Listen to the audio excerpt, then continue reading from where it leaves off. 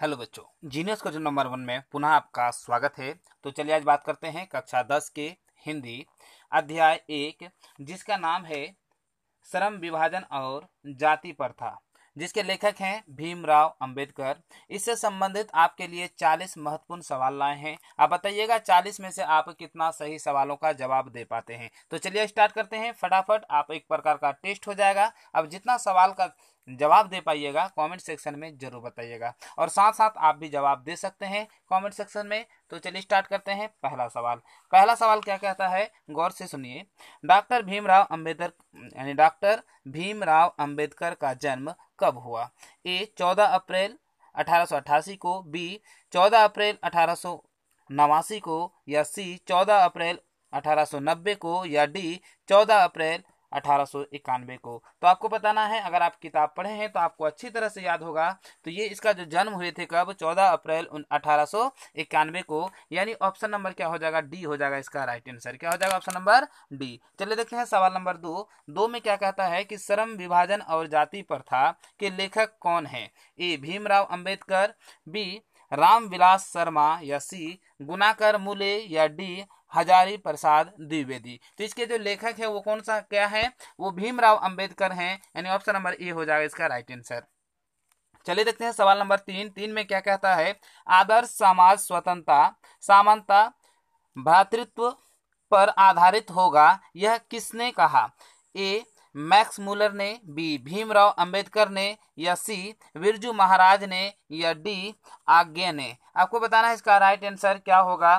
तो इसका जो राइट आंसर होगा भीमराव अंबेडकर, यानी ऑप्शन नंबर बी हो जाएगा इसका राइट आंसर। ठीक है, क्या हो जाएगा ऑप्शन नंबर बी। चलिए देखते हैं सवाल नंबर 4 में क्या कहता है, गौर से सुनिए। ठीक है, 4 नंबर में आप देख लीजिए थोड़ा सा क्या कहता है। 4 नंबर में कि डॉक्टर भीमराव अंबेडकर का जन्म किस परिवार में हुआ था? ए ब्राह्मण परिवार में, बी क्षत्रिय परिवार में, या सी दलित परिवार में, या डी इनमें से कोई नहीं। आपको बताना है इसका राइट आंसर क्या हो जाएगा। इसका जो जन्म हुआ था वो दलित परिवार में हुआ था।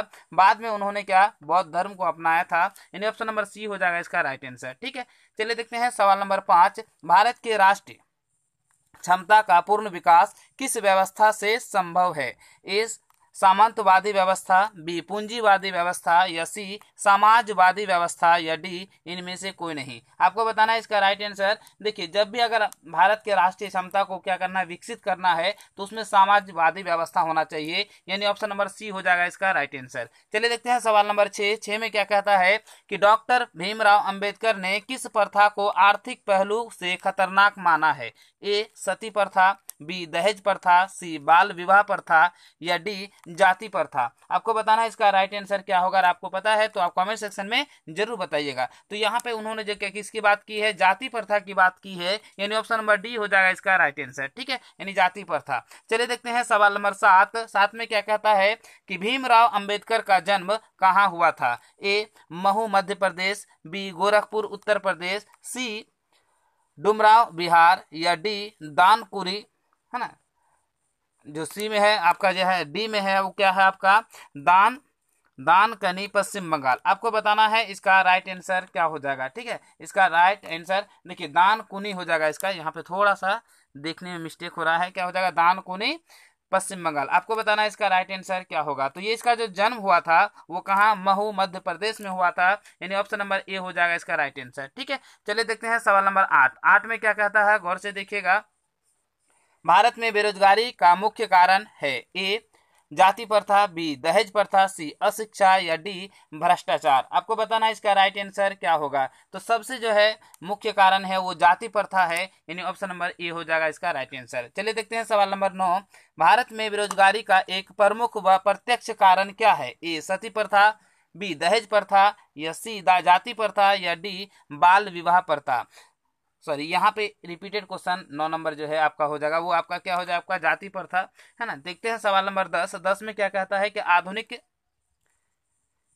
देखिए यहाँ पे क्या हो जाएगा, सेम सवाल था, वहाँ मुख्य कारण था, यहाँ भी प्रत्यक्ष कारण था। ठीक है, तो आधुनिक सभ्य समाज श्रम विभाजन को आवश्यक क्यों मानता है? इसको जो है आवश्यक क्यों मानते हैं? ए कार्य कुशलता के लिए, बी भाईचारे के लिए, सी रूढ़िवादियों के लिए, या डी इनमें से कोई नहीं। ठीक है, तो इसका राइट आंसर क्या हो जाएगा, रूढ़िवादियां हो जाएगा। क्या हो जाएगा, रूढ़िवादियों के लिए, यानी ऑप्शन नंबर सी हो जाएगा राइट आंसर। चलिए देखते हैं सवाल नंबर 11। 11 में क्या कहता है, गौर से देखिएगा। जाति प्रथा श्रम विभाजन के साथ किसका किसका रूप लिए हुए हैं, ए स्वतंत्रता का, बी भ्रातृत्व का, या सी श्रमिक विभाजन का, या डी इनमें से कोई नहीं। ठीक है, तो ये जो किसका रूप लेके रखे हैं, ये श्रमिक विभाजन का रूप लेके रखे हैं, ऑप्शन नंबर सी हो जाएगा इसका राइट आंसर। देखते हैं सवाल नंबर 12। श्रम विभाजन और जाति प्रथा पाठ बाबा साहेब के किस भाषण का संपादित अंश है, ए जेनेसिस एंड डेवलपमेंट, बी में है द कॉन्स्टेंस इन इंडिया, है ना, देयर मैकेनिज्म, या सी में है एनिहिलेशन ऑफ कास्ट, या डी हु आर सुद्राज, है ना, क्या हो जाएगा, सुद्राज। तो ये आपको बताना है इसका राइट आंसर क्या हो जाएगा। 12 का राइट आंसर क्या हो जाएगा आपको बताना है। तो ये क्या हो जाएगा, annihilation of caste, in option number C हो जाएगा इसका राइट आंसर। चलिए देखते हैं सवाल नंबर 13। कितना नंबर, सवाल नंबर 13।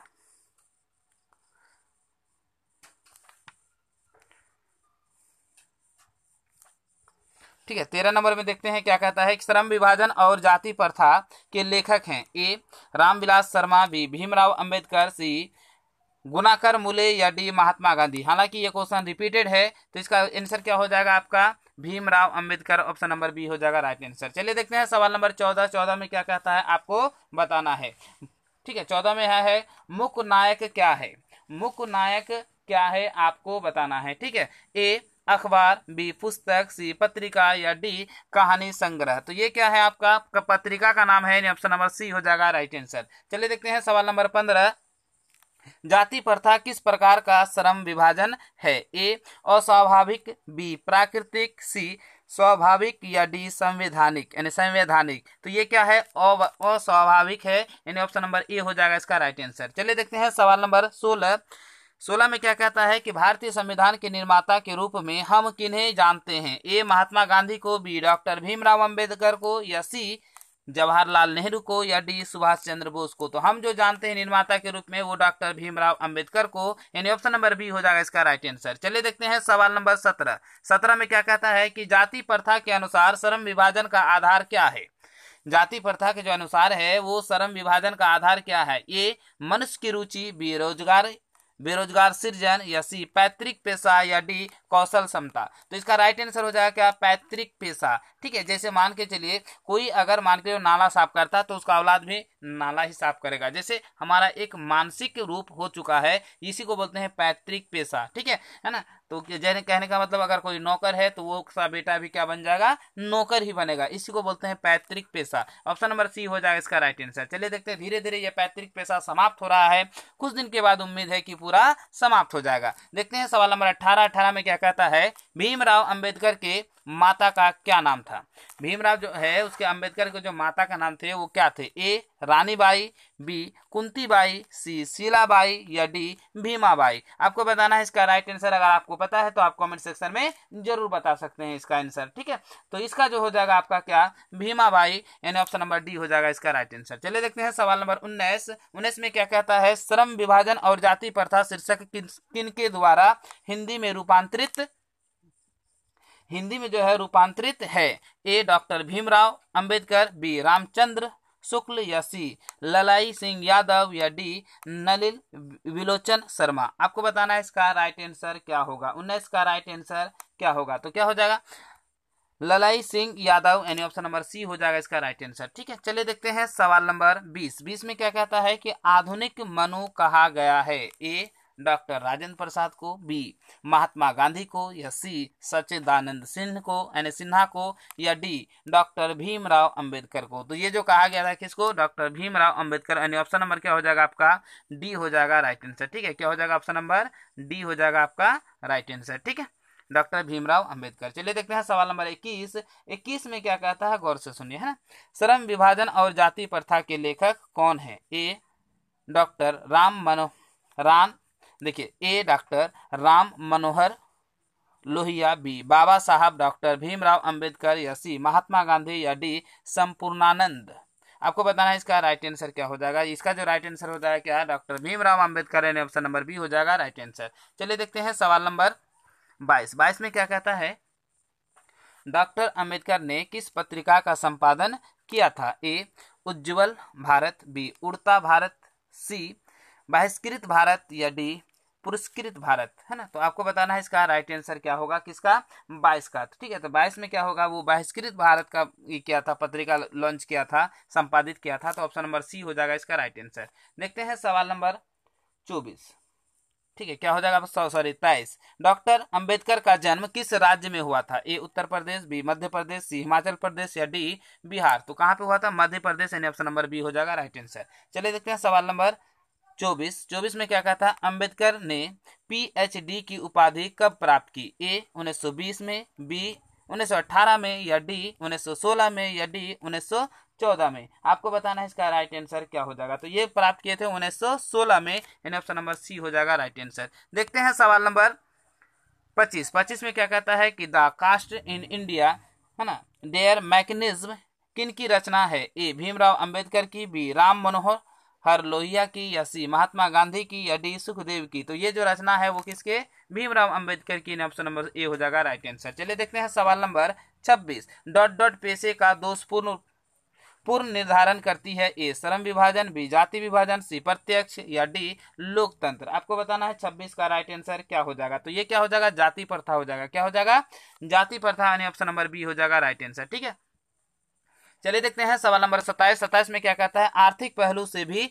जाति प्रथा डॉट डॉट है। ए लाभदायक है, बी अनुकूल है, सी हानिकारक है, या डी इनमें से सभी। आपको बताना है 27 का राइट आंसर क्या हो जाएगा। तो ये क्या हो जाएगा आपका, हानिकारक है ना। आर्थिक पहलू से भी जाति प्रथा हानिकारक है, क्योंकि देखिए अलग अलग सीजन करने का सबको मौका नहीं मिलेगा, तो आमदनी भी इंक्रीज नहीं हो पाएगी, इसीलिए यानी ऑप्शन नंबर सी हो जाएगा इसका राइट आंसर। चलिए देखते हैं सवाल नंबर 28। 28 में क्या कहता है, गौर से देखिएगा, डॉक्टर भीमराव अंबेडकर की रचना है। ए संत परंपरा और साहित्य, be the right and fall of the Hindu women, या सी विचार और वितर्क, या डी भारतीय लिपियों की कहानी। आपको बताना है इसका राइट आंसर क्या होगा, किसका, 28 का। ठीक है, तो ये आपका हो जाएगा क्या, 28 का जो right answer, the right and fall of the Hindu women. तो क्या हो जाएगा, ऑप्शन नंबर बी हो जाएगा राइट आंसर। चलिए देखते हैं सवाल नंबर 29। आधुनिक सभ्य समाज कार्य कुशलता के लिए आवश्यक मानता है। ए श्रम विभाजन, बी धन विभाजन, या सी जन विभाजन, या डी जाति विभाजन। क्या हो जाएगा आपका, जाति विभाजन। ये 29 का है, तो क्या हो जाएगा आपका, श्रम विभाजन मानता है। क्या, श्रम विभाजन को मानते हैं, ऑप्शन नंबर ए हो जाएगा राइट आंसर। ठीक है, देखते हैं सवाल नंबर 30। 30 में क्या कहता है, डॉक्टर भीमराव अंबेडकर के रचनात्मक के प्रेरक व्यक्ति थे। ए महात्मा गांधी, बी ज्योतिबा फूले, या सी गोपाल कृष्णन गोखले, है ना, या डी स्वामी विवेकानंद। आपको बताना है ये जो प्रेरक थे वो किसके थे, आपको बताना है। तो ये क्या है, ज्योतिबा फूले की, ऑप्शन नंबर बी हो जाएगा इसका राइट आंसर। चलिए देखते हैं सवाल नंबर 31। किन के प्रोत्साहन पर बाबा साहेब उच्चतर शिक्षा हेतु न्यूयॉर्क गए। ए काशी नरेश, बी पटियाला नरेश, या सी बड़ौदा नरेश, या डी दरभंगा नरेश। आपको बताना है किसके अनुसार वो गए थे, आपको इसका आंसर बताना है। ठीक है, तो ये क्या हो जाएगा, बड़ौदा नरेश, यानी ऑप्शन नंबर सी हो जाएगा राइट आंसर। ठीक है, चलिए देखते हैं सवाल नंबर 32। 32 में क्या कहता है कि बुद्ध एंड हिज धम्म के लेखक कौन है। ए हजारी प्रसाद द्विवेदी, बी बिरजू महाराज, सी महात्मा गांधी, या डी डॉक्टर भीमराव अंबेडकर। तो इसके लेखक कौन है, doctor Bhimrao Ambedkar, option number D हो जाएगा राइट आंसर। ठीक है, चलिए देखते हैं सवाल नंबर 33। 33 में क्या कहता है, गौर से देखिए। ठीक है, ये रहा आपका 33। डॉक्टर भीमराव अंबेडकर के पिता का क्या नाम था। उसके जो पिता थे उसके नाम क्या थे, आपको बताना है।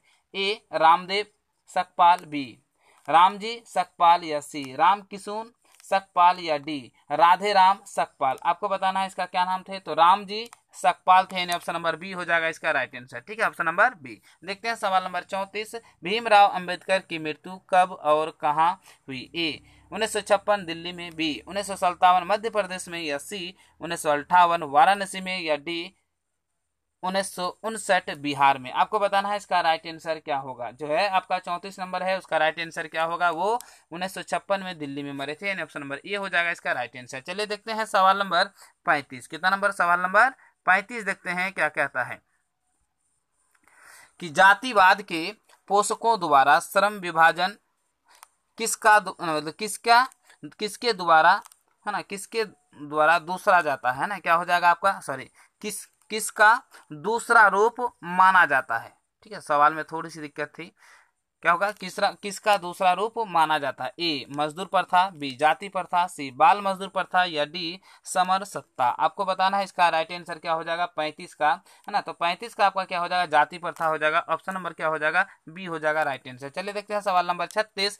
36 में क्या कहता है आपका, अम्बेडकर का विडम्ब हिंदी के कितने खंडों में प्रकाशित हुए, है ना। उसका जो विडमय है, मतलब उसका जो प्रकाशित किताब है, वो कितने खंडों में प्रकाशित हुए थे। ए 15 खंडों में, बी 17 खंडों में, या बी 17 खंडों में, या डी सॉरी सी 19 खंडों में, या डी 21 खंडों में। आपको बताना है इसका राइट आंसर क्या हो जाएगा। तो ये क्या हो जाएगा, 21 खंडों में प्रकाशित हुए थे, यानी ऑप्शन नंबर डी हो जाएगा राइट आंसर। चलिए देखते हैं सवाल नंबर 37।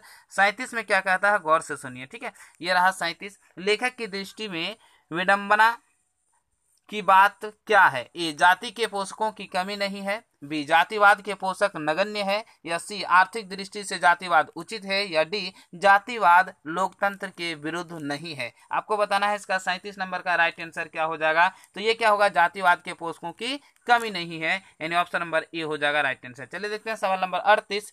डॉक्टर अंबेडकर की दृष्टि में भाईचारे का वास्तविक रूप कैसा होता है। ए दूध और शक्कर के मिश्रण की तरह, बी दूध और पानी के मिश्रण की तरह, या सी तिल और टंडूल के मिश्रण की तरह, या डी पानी और नमक के मिश्रण की तरह। तो आपको बताना है 38 नंबर का राइट आंसर क्या हो जाएगा। तो दूध और पानी के मिश्रण की तरह हो जाएगा, ऑप्शन नंबर बी हो जाएगा आपका राइट आंसर। क्या होगा, ऑप्शन नंबर बी। चलिए देखते हैं सवाल नंबर 39। 39 में क्या कहता है, गौर से देखिए। भारत की जाति प्रथा की विशेषता है। ए यह रोजगार वर्धक है, बी यह श्रमिकों का स्वाभाविक विभाजन है, या सी श्रमिकों का अस्वाभाविक विभाजन है, या डी यह वर्ग विभेद दूर करता है। आपको बताना है 39 का क्या होगा आंसर। ठीक है, तो इसका जो राइट होगा यह श्रमिकों का अस्वाभाविक विभाजन है ना।